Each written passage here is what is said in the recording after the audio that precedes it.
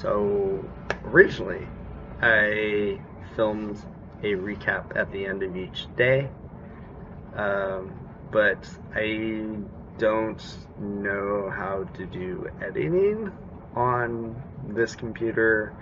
Um, I am too cheap to buy editing software, and I am too lazy to acquire software in other means. So this is going to be my recap video for GP Vegas 2018. Um, I wanted to be there on Thursday to be there with less crowds, to meet people, get things signed and all that. However, my best friend, who I haven't seen in about 8 months, said that specific Thursday was the only day she was going to be able to hang out with me. So I ended up spending the day with her. Helped out me because it was one less day to pay at the grossly overpriced hotel I was at. So got in on Friday morning, and then went to play in the Commander Championships. So I chose to play Queen Marchesa. She is my tokens deck. So I wanted to win the Altered Soul Ring prize that you got for the coolest deck vote on. Didn't win, but I have some issues with how you would know if you won or not. So really quick pros and cons for the Commander Championship. I really like the pairings and pods, even though it's done on an Excel spreadsheet instead of Word, because Word can't do shit. And I like the 90-minute round timer. You get plenty of time to play a good, quick game of Commander with 4 people, as long as everyone knows what their deck does. My cons, because there's a prize on the line, there ended up being way too many combo decks that I wanted to play against, which is 0. However, it is gonna happen. The people who want to win really fast just so they could get to the end as quickly as possible, it's on them. It's not for me. But it killed the fun aspect of what this was supposed to be. Turns ended up being active player finishing the turn and then proceeding to finish with the rest of the players that are still in the game. I don't know how to enforce it to move as quickly as possible, but round 1 ended 30 minutes after time was called, so that was not enjoyable. Round 1 I played against Momir, Najila, and an Animar. Animar is really bad against me since most of my deck is white and black. Momir Vig tried to combo off on turn 5. I somehow stopped him because I have spells that go on the stack. And he fizzled out, and then the other 2 players killed him off. I eventually died a couple turns later. Round 2 was my favorite match. I was playing against the new coin flip commander. I was playing against a very tuned Marseille deck and a Mishra deck that had everything but the World Enchantment.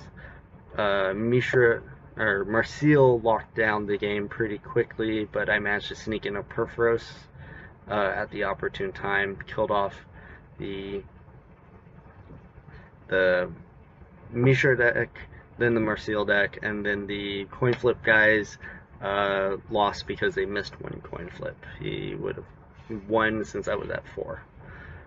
Round 3, 4, and 5, I lost to combos. Round 4 I wasn't so mad about. It was just a rest in peace Helm, but I was going to kill him the following turn, so it was perfectly justified.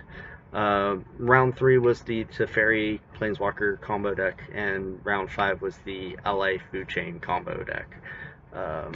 They tried to say that they have fun playing that. I was not one of the people having fun. The Pauper Championship was not as long for me since I went 0-2 drop. I was playing 5-color Tron. I played against two different Delver decks, lost 1-2 to both of them.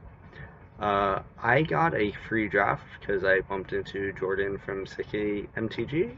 I said, hey, I loved your videos. I've been following you for quite some time.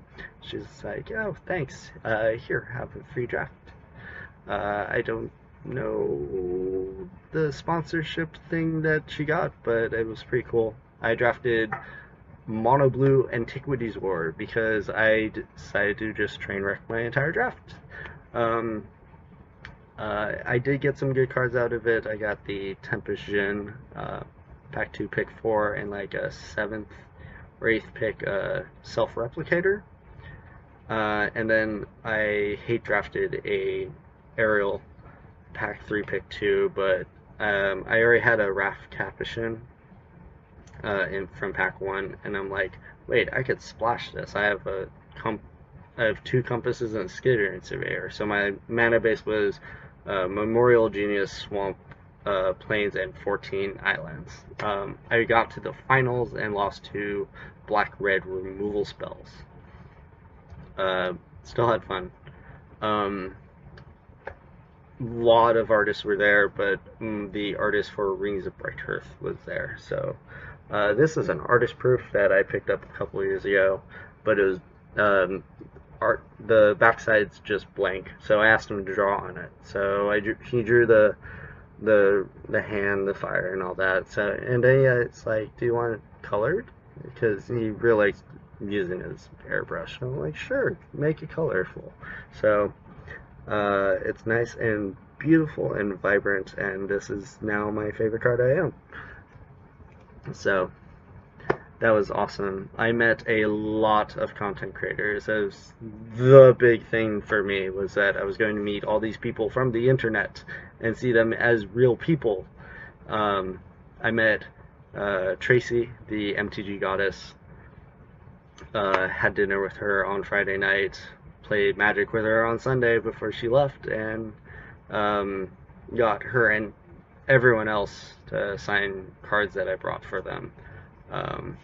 Tracy introduces us as her beautiful jellyfishes, so I got her to sign a Mana War, the portal one that I got, that the jellyfish is killing a shark. It's awesome. Jordan from Sickly MTG, I got her to sign the San Diego Comic-Con Liliana, the double-sided one, so, and then gave her a bunch of the Chippy Swamps. I was like, I got the 22 swamps you need. She's like, oh, everyone's giving me them, I'm just gonna make a collage. So I'm like, oh, okay, that's cool. I met Seth, probably better known as Saffron Olive, and his groupies from the MTG Goldfish podcast. So I got Seth to sign Panharmonicon. I got Richard to sign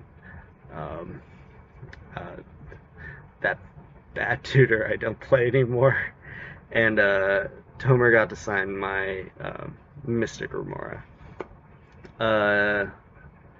Jamie Topples, I walked up to her and was like, Jamie, and she got all scared. And it was like, no, I'm Kyoji from the internet. And she's like, oh my god, hi. So she signed my Topplegeist, because that's the card image that's on her Twitch streams. It's like, I didn't have a Topplegeist to name my decks, and I'm like, wait, I play with 1-drops in Ruhan. This taps down creatures. Ah, I'll play it. So, in day 2, I walked into the convention center with Maria, who I found out was actually shorter than I thought, and eventually walked to Megan. So I got the two of them to sign the foil Treasure Cruise and my foil Ural, the biggest Bogles Miststalker.